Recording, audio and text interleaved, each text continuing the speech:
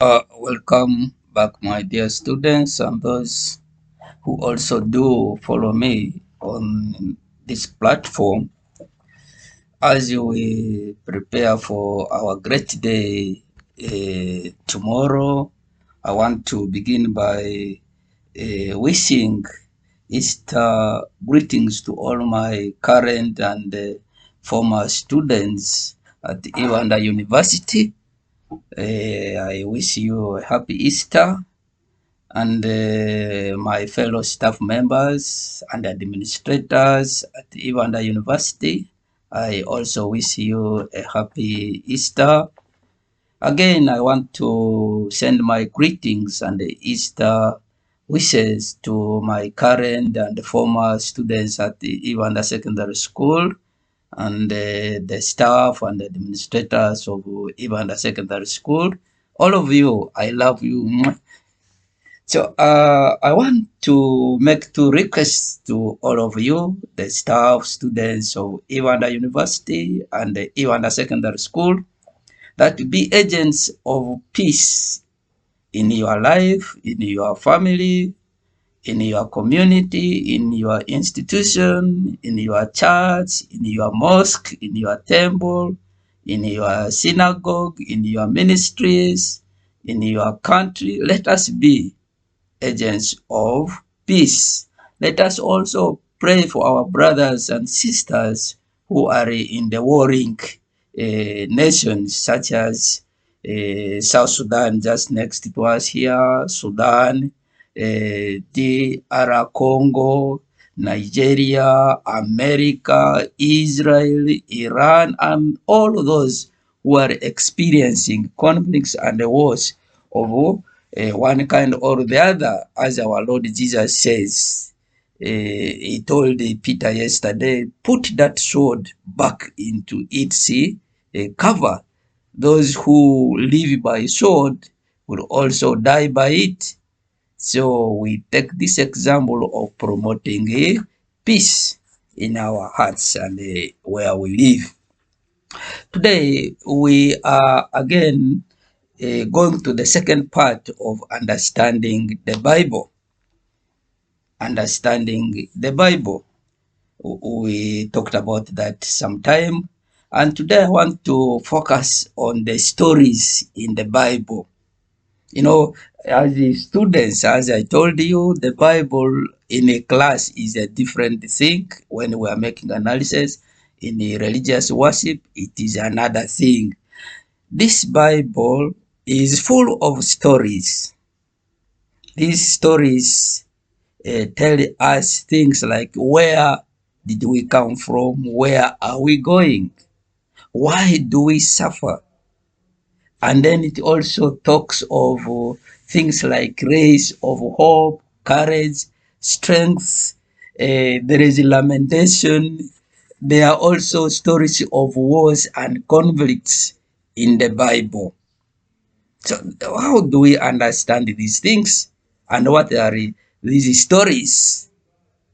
These stories in the Bible are categorized or grouped into 8 parts or kinds, and they give us different things that we need to know about the Bible. So when you are reading the Bible, you are reading 8 types of stories in the Bible. And what are these types of these stories? I'm sure some of you may not have heard this. You will be shocked, but be prepared. That's why I told you, as a student, when the Bible is in class, you must develop your intellectual capacity of understanding these things. So these 8 stories or groups of stories are these. The first one is what we call myth. I hope many of you who are doing literature have some perspective in that. The second story type is called legend. So in the Bible, we also have what we call legendary stories. Another one is called debate. Some of these terminologies are used to you. Debate is also there in the Bible. Another group or type is called fiction. There is also fiction story in the Bible. And then another one is called parables. There are also parables in the Bible. Then the next type is called what we call allegories. Allegory type of stories are also there in the Bible. Then the seventh is what we call letters. That is, many of you are aware of that. It is easy for you. And then the last one is what we call revelation or apocalypse. Now, what are these? How do we understand these things in the Bible? What is a myth? I'm going to be as brief as possible so that those who are not even studying the Bible or religious education are also able to pick something for themselves and understand. So when you are talking of myths in the Bible, you are talking of the stories that explain reality in an imaginative way. For example, the story of creation. It is a myth, but it is explaining reality. How did we come into this planet Earth? It is explaining that. Here you must pay attention. Yes, I want to be very clear to Christians. You see, most of the times Christians think the story in the Bible is the only story of creation. No, every human society on earth has its own creation story. In Uganda, the Baganda, they have that story of Nambi and the Kindu explaining how they came into existence and how death came into their world. You go to Kikuyu, they have very interesting story of creation. Go to the Langi, they have a very interesting creation story. Go to the Banyarwanta, they have very interesting creation story. Those of you whom I taught African traditional religion, you will be getting these things better than those who have not done that. So when we are talking of this story being a myth, that is it? It explains a reality. But you yourself who is listening to me, can you tell us where we come from, apart from the story in the Bible that we were created in the Garden of Eden? What can you tell anything? So it's impossible. So you have to know that. So this myth explains a reality in an imaginative way. How we came into being is explained. So this one was picked, and the details, maybe those whom I will be meeting direct in class, we could discuss more about the details of this. So I hope you have got the myth.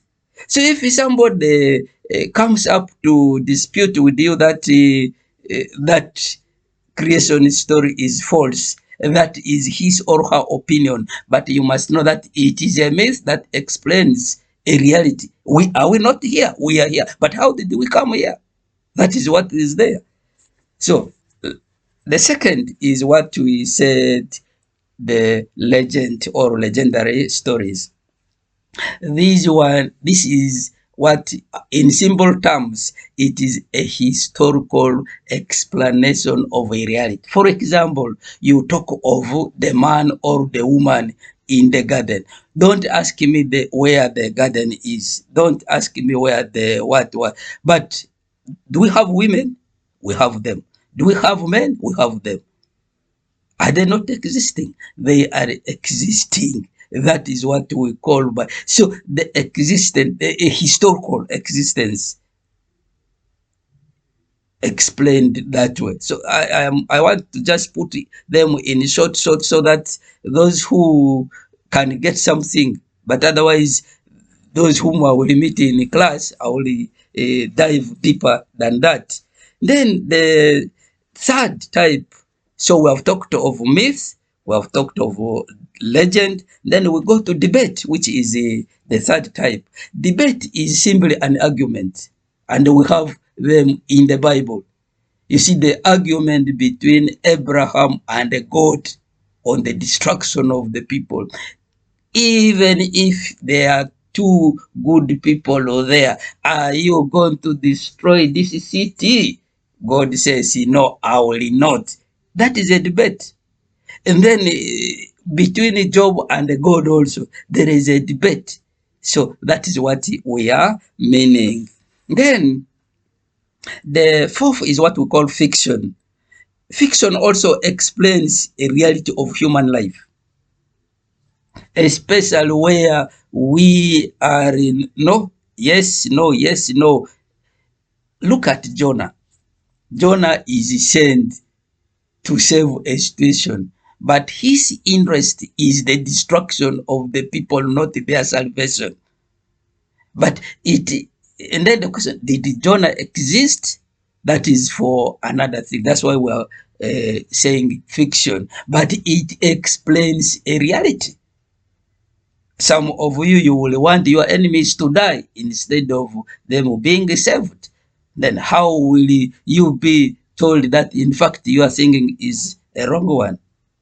Somebody can bring something to teach you that lesson. That is fiction. Then we have the fifth one, which we call parables. These parables, it is a comparison. Jesus, basically you see Jesus talking in parables.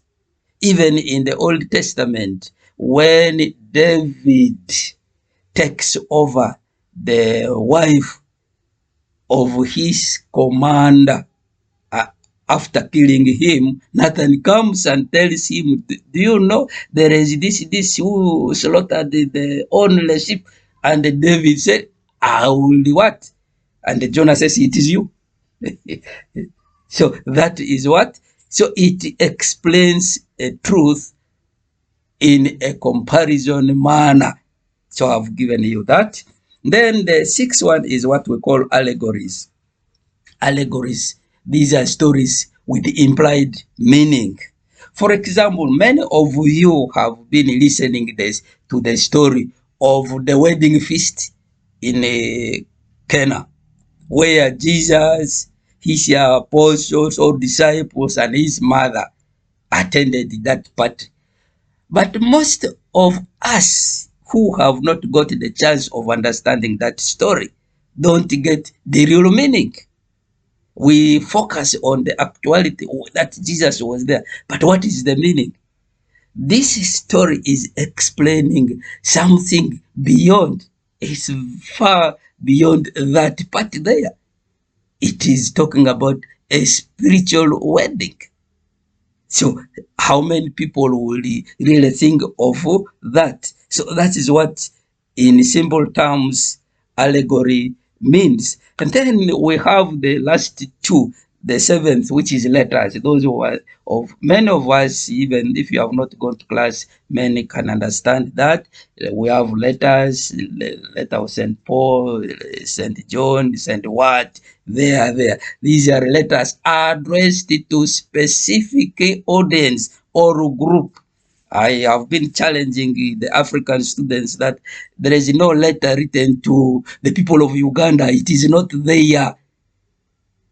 Or a letter written to Ibanda Secondary or Ibanda University. It is not there in the Bible. The societies to which those letters were addressed are not even in Uganda. But because of application, what these writers are addressing are also existing in our society. That is where the applicability of these letters come into our society. Then the last one is Revelation, the most misinterpreted part of books in the Bible, the Revelation. If you hear how people are misinterpreting it in their own way, of course, we forgive them since it demands that. The book of Revelation is futuristic, but explains what actually was taking place. The suffering, the tribulations the followers of Jesus were going through. There was a need to console them. There was a need to tell them that beyond their suffering, there is something greater. And that is what the book of Revelation is about. But today, we have very many people who can take to their own podium and say whatever they want to say. So that is what I wanted us to briefly know about understanding the Bible. So when you are reading the Bible, you must know that you are reading stories which are saying very many things in different ways. And then you must go back to what I said in my previous video, that the intent of the Bible is spiritual, is religious, and the focus is our faith and the morals, whatever the story is, whether you agree with it or not. But the focus is spiritual, religious, that is our faith and morals. If you keep that in mind, you will understand the Bible better. And in the coming videos, I will explain other parts. Therefore, thank you for listening to me. I wish you happy Easter. Be agents of peace. Peace beginning with you. You cannot give what you do not have. So your heart must be full of peace. God bless you.